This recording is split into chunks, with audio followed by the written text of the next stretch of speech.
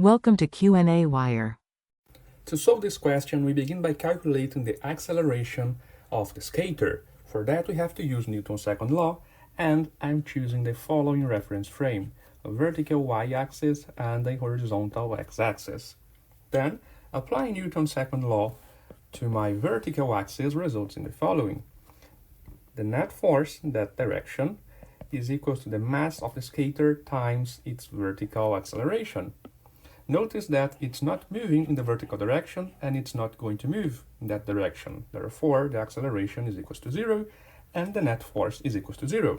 But the net force in the y direction is composed by the normal force and the weight force. The normal force points to the positive direction and the weight force to the negative direction. Then, we conclude that the normal force is equal to the weight force of the skater, which is given by his mass times the acceleration of gravity near the surface of the Earth. Repeating this process for the x-axis, we get that the net force acting in the x direction is given by his mass times his x acceleration. Then, the net force acting on the horizontal axis is given by the frictional force only, which points to the negative direction. So minus frictional force is equals to his mass times his acceleration in the x direction.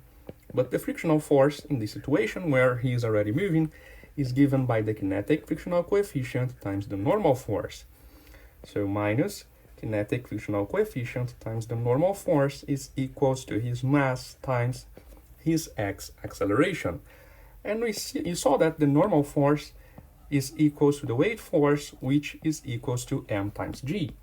Then, using this result here, we get the following: minus mu k times m times g is equals to m times his x acceleration. We can simplify the masses and get an expression for his acceleration, which is minus mu k times g.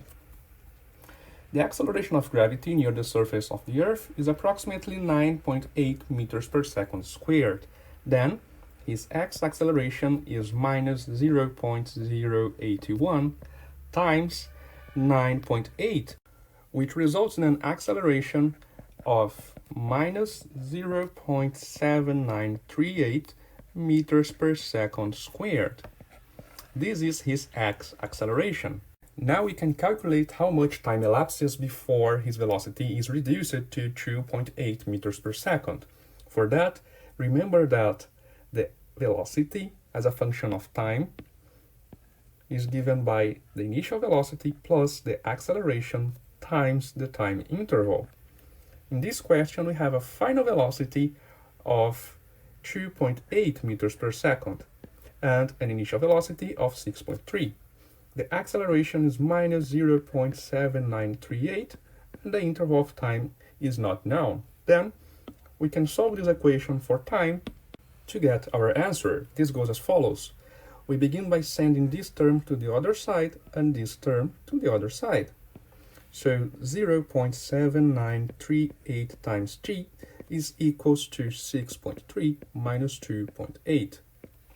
Then t is equals to 6.3 minus 2.8 divided by 0.7938.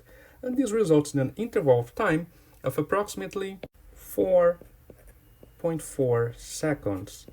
And this is the answer to this problem.